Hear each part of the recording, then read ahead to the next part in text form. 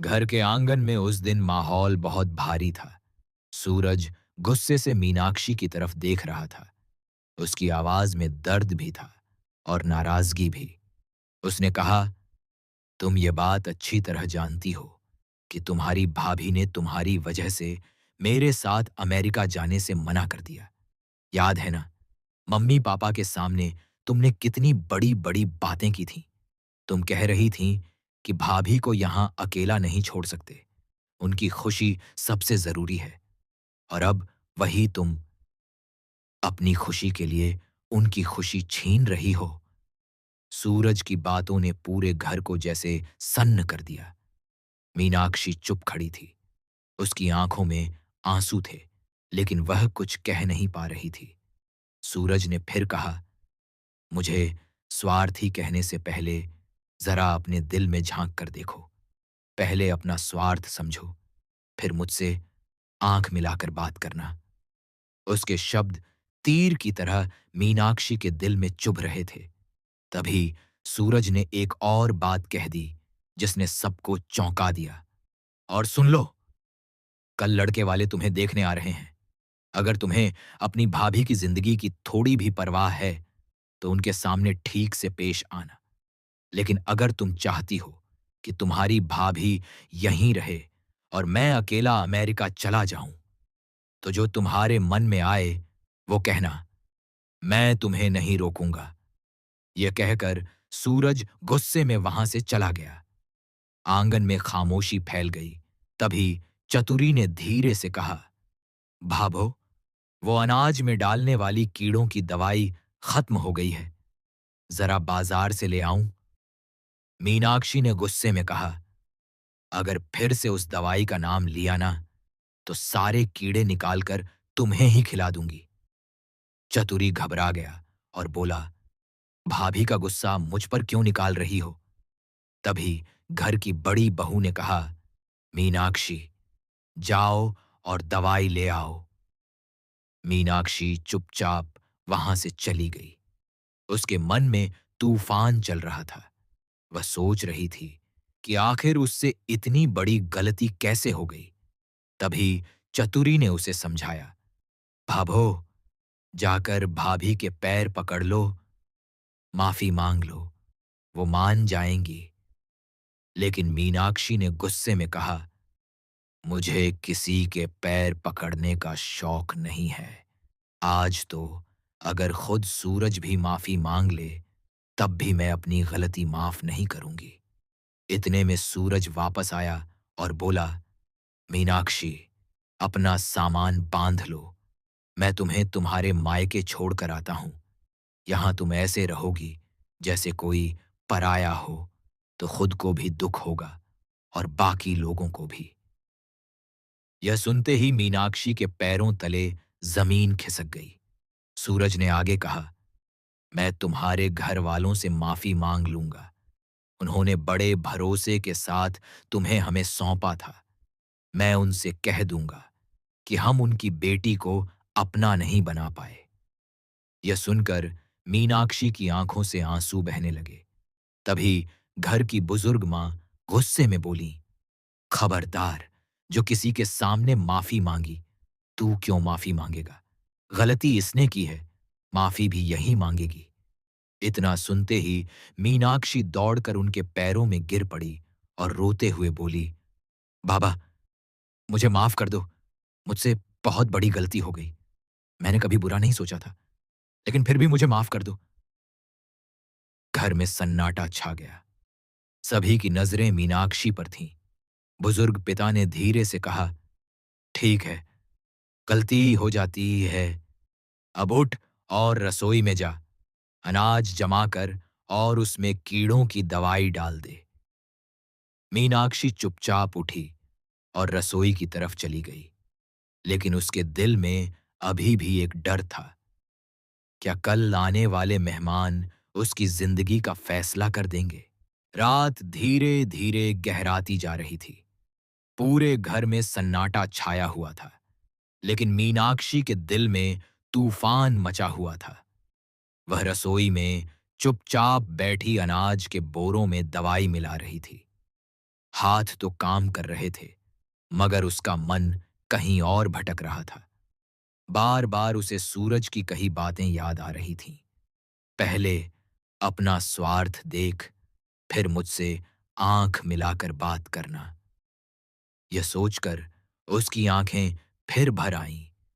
उसने आसमान की ओर देखा और धीरे से बोली, हे प्रभु, मैंने ऐसा कौन सा पाप कर दिया है कि आज अपने ही घर में मुझे अपराधी की तरह खड़ा होना पड़ रहा है। मैंने तो हमेशा इस घर की खुशियों के बारे में ही सोचा था, फिर आज सब मुझसे इतने नाराज क्यों हैं? उसकी आवाज कांप रही थी। इतने में आंगन से बुजुर्ग मां की आवाज आई, अरे मीनाक्षी, काम खत्म हुआ कि नहीं?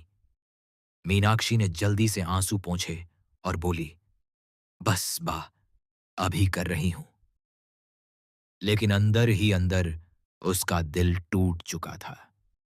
उसे लग रहा था कि शायद सच में उससे कोई ऐसी गलती हो गई है जिसे अब कोई माफ नहीं करेगा। उधर आंगन में सूरज अपने पिता के साथ बैठा था। रात की ठंडी हवा चल रही थी और दूर मंदिर की घंटियों की आवाज सुनाई दे रही थी। पुष्कर का शहर रात में सचमुच बहुत शांत और पवित्र लगता था। सूरज के पिता आसमान की ओर देखते हुए बोले, बेटा, देख, हमारा पुष्कर शहर कितना सुंदर लगता है रात में। कहते हैं यह देवी देवताओं की नगरी है। यहां रहने वाले हर इंसान पर उनका आशीर्वाद रहता है।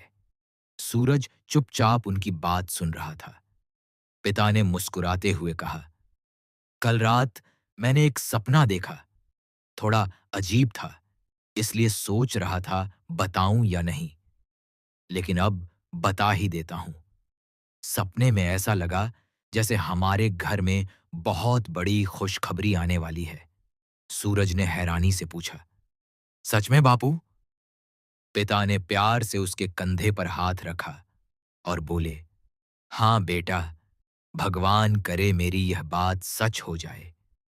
तभी अंदर से मां की आवाज आई, अरे बस भी करो तुम दोनों। सुबह से घर में कितनी चिंता चल रही है और तुम्हें सपनों की पड़ी है।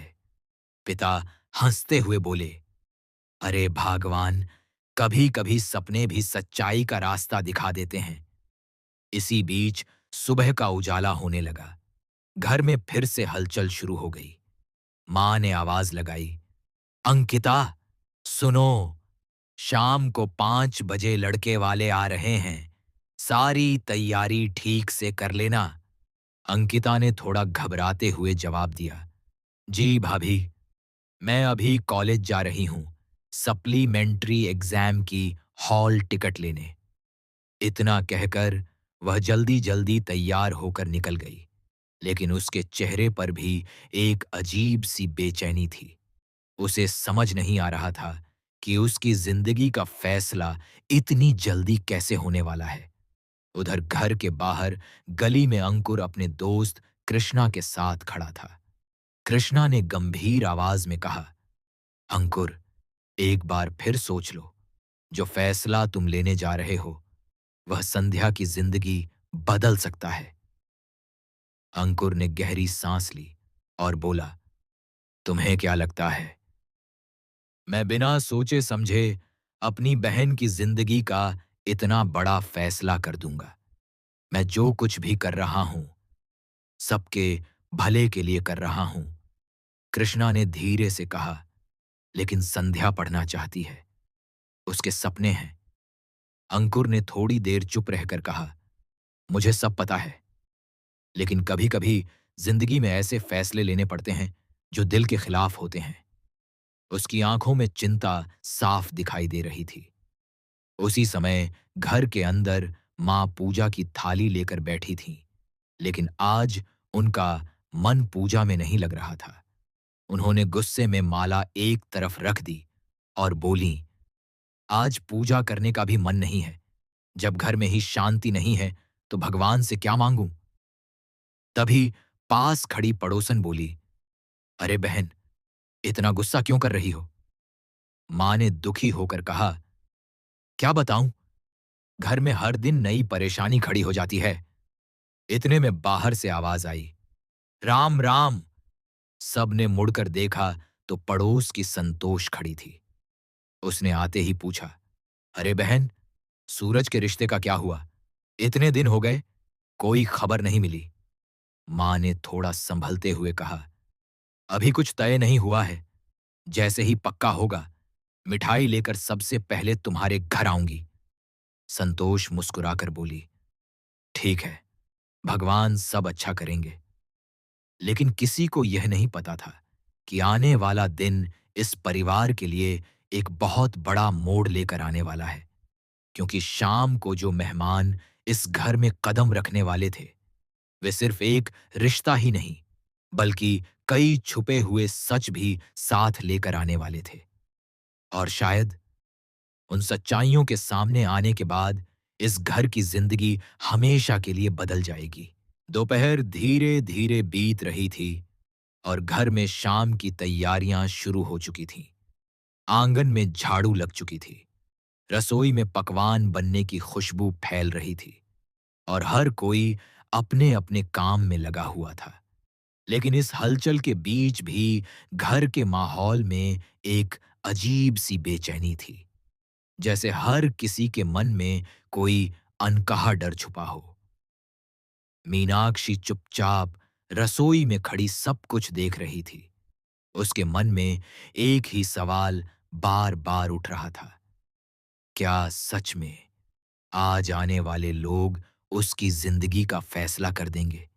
तभी बाहर से आवाज आई, राम राम। दरवाजे पर कृष्णा खड़ा था। वह सीधे अंकुर के पास गया और धीरे से बोला, अंकुर सा, एक जरूरी बात करनी है। अंकुर उसे लेकर आंगन के कोने में चला गया। कृष्णा ने इधर उधर देखा और धीमी आवाज में कहा, देखो, आज जो रिश्ता लेकर लोग आ रहे हैं वो सूरज राठी का है। ये नाम सुनते ही अंकुर कुछ पल के लिए चुप हो गया।